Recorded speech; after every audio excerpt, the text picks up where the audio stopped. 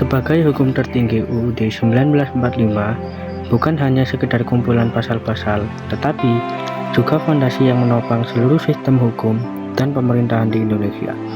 Lebih dari itu, UUD 1945 juga menjadi penentu arah kebijakan negara, membimbing para pemimpin dalam merumuskan strategi pembangunan yang adil dan berkelanjutan.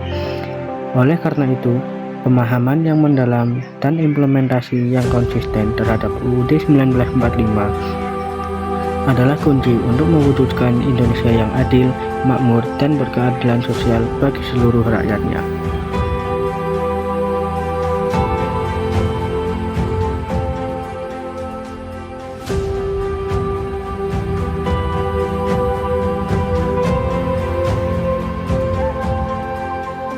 Wajahnya tolong Pak, saya telat 1 menit. Tadi pen saya bocor. Ini ada fotonya. Saya ada ulangan matematika jam pertama. Peraturan adalah peraturan. Gerbang ditutup tepat pukul 7.00 WIB. Yang terlambat dilarang masuk seharian.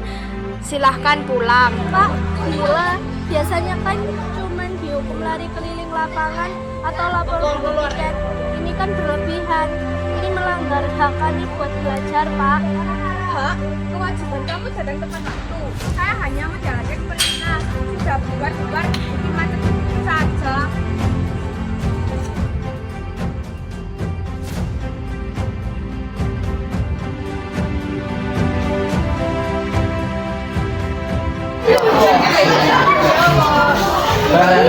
Andi, Rara, Bayu, siapa yang mengizinkan artikel ini naik cetak? Saya sebagai atlet baru, saya bebas berpendapat. Kenapa memang nyambung? Betul, Gus. Ini sesuai Undang-Undang Dasar 1945 Pasal 28Y ayat 3. Setiap orang berhak atas kebebasan berserikat, berkumpul, dan mengeluarkan pendapat. Ini media kita, Bu. Kebebasan berpendapat bukan berarti bebas menfitnah, korupsi. Kamu punya bukti. Ini pencemaran nama baik pengurus komite dan sekolah. Kamu sudah melanggar hak lain. Artikel ini saya cabut sekarang. Ayo saya kena guru sekarang. Hai anak-anak, di sekolah kita ada 2 masalah. Saya semacam kan kalian berdiri Pak saya Buretno, terima kasih, silahkan ceritakan ini masalahnya. Saya hanya menjalankan aturan baru. Pukul 7 WIB gerbang ditutup, siswa terlambat masuk. Saya laksanakan. Mereka ini telah 1 menit. Baik, kita punya 2 kasus. Mari kita bedakan pakai ilmu PKN. Kita mulai dari kasus Mading Andira. Kalian merasa benar karena pasal 28 begitu. Iya Pak, Undang-Undang Dasar 1945 itu hukum tertinggi. Pasal 28 menjamin hak kami. Peraturan sekolah yang mungkin melarang kritik kan lebih rendah dari Undang-Undang Dasar. Tepat sekali, UUD 1945 adalah hukum tertinggi. Kedudukan UUD, tapi UUD juga berfungsi sebagai penuntut dan pengatur. Coba lihat pasal 28 ayat 1, ada yang hafal? Saya, Pak. Setiap manusia harus menghormati hak asasi manusia orang lain dalam tertib kehidupan masyarakat di bangsa dan bernegara.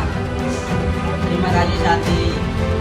Dan ayat 2-nya bilang dalam menjalankan hak kita dibatasi oleh undang-undang untuk menjalani pengaturan tentang atas orang lain.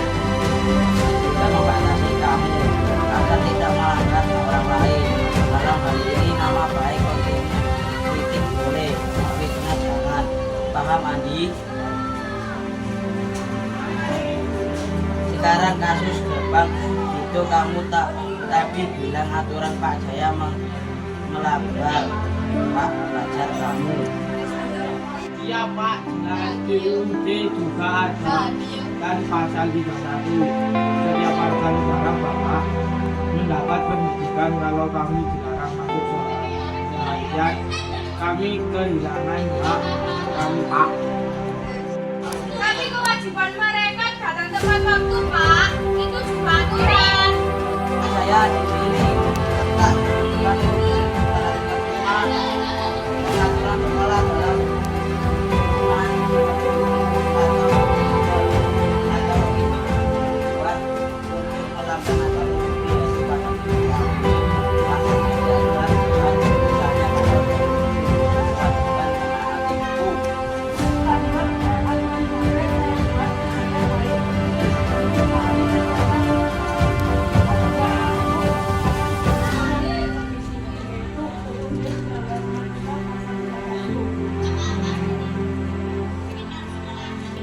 aturan yang melarang siswa belajar seharian penuh dengan hanya telat 1 menit, apalagi dengan alasan yang jelas seperti ban bocor, adalah aturan yang tidak adil dan tidak sesuai dengan jiwa Undang-Undang Dasar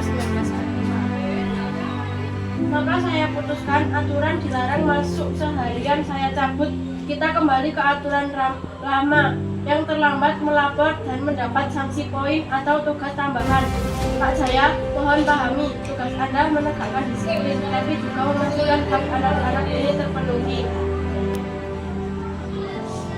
Dan untuk tim mading, detik itu penting sebagai alat kontrol, tapi digunakan data bukan asumsi.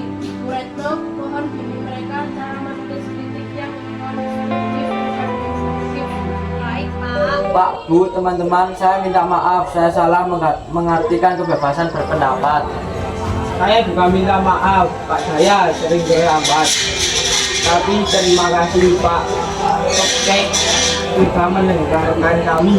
Anak-anak, hari ini kita belajar mahal. UUD 1945 itu bukan cuma hafalan pasal di hidup.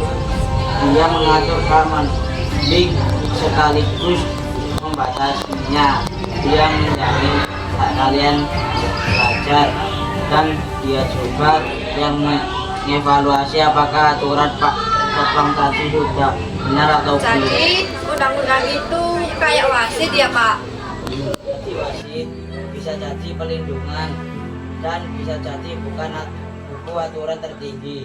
Jangan sampai aturan di bawahnya melanggar aturan tertinggi itu. Sudah, sekarang tim terbang kalian boleh masuk kelas. Susulan ulang tim manding kalian buat artikel baru belajar tentang UUD 1945 dari kasus manding dan gerbang sekolah.